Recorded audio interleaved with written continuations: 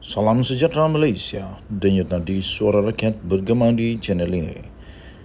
Jangan lupa tekan butang subscribe, like dan share. Malaysia kita punya, cintai Malaysiaku, kita jaga kita.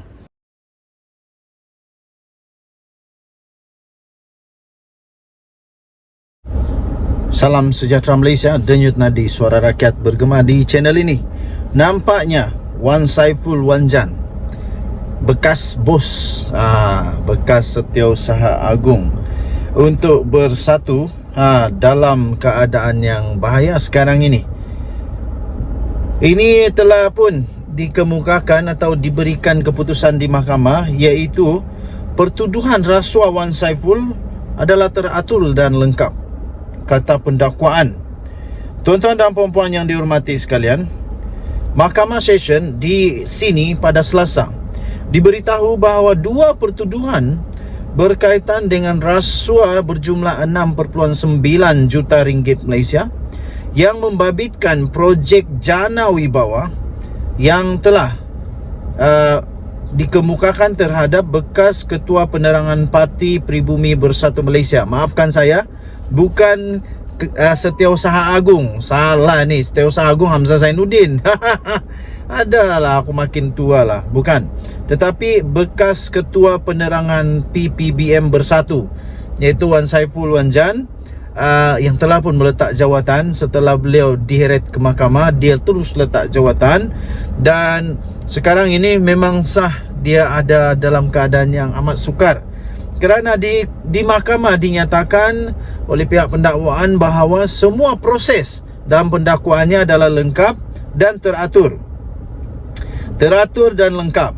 Timbalan pendakwa raya iaitu Rashidah Murni Azmi berhujah bahawa kedua-dua pertuduhan berkenaan itu tidak cacat, sebaliknya jelas dan boleh difahami. Kata beliau, Seksyen 153 Kanun Tata Cara Jenayah atau KTJ menyatakan tarikh dan masa hendaklah dinyatakan dalam pertuduhan. Dalam pertuduhan pertama, masa telah dinyatakan, iaitu sekitar April 2022, manakala pertuduhan kedua, masa yang dinyatakan adalah pada bulan Julai hingga September.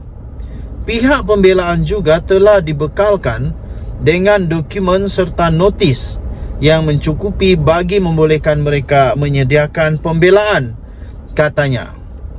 Beliau berkata demikian pada prosiding pendengaran permohonan Wan Saiful untuk mengenepikan dua pertuduhan meminta dan menerima rasuah berjumlah 6.9 juta ringgit Malaysia membabitkan projek Jana Wibawa yang dihadapinya di hadapan Hakim Rozina Ayub.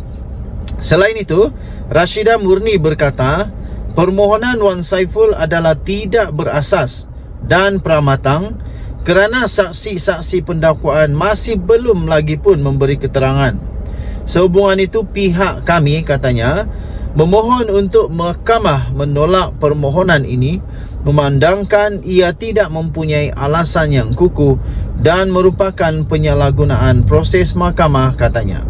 Peguam Amir Hamzah Arshad mewakili Wan Saiful Wanjan pula berkata kedua-dua pertuduhan terhadap anak guamnya adalah cacat kerana tidak menyatakan secara khusus tarikh kesalahan dilakukan. Dalam pertuduhan itu hanya menyebut sekitar bulan tertentu tanpa mengemukakan butiran yang lengkap bagi kesalahan yang dipertuduhkan terhadap anak guam saya, katanya. Dalam pada itu, Amir Hamzah berkata pertuduhan itu juga tidak berasas berdasarkan Seksyen 173G KTJ yang menyebabkan pihak pembelaan dinafikan untuk mengemukakan pembelaan dan alibi.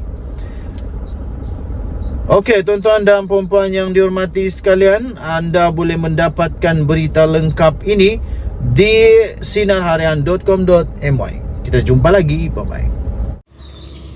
Salam sejahtera Malaysia, denyut nadi suara rakyat bergema di channel ini. PDRM membuat keputusan dan mengumumkan satu perkara yang amat mengejutkan PAS di kala persiapan akhir untuk pilihan raya negeri. Polis Diraja Malaysia mengesahkan akan merakam keterangan daripada Adun Kubu Gajah. Polis akan merakam keterangan Khalil Yahya berhubung poster palsu yang telah dikongsikan beliau di dalam Facebook miliknya.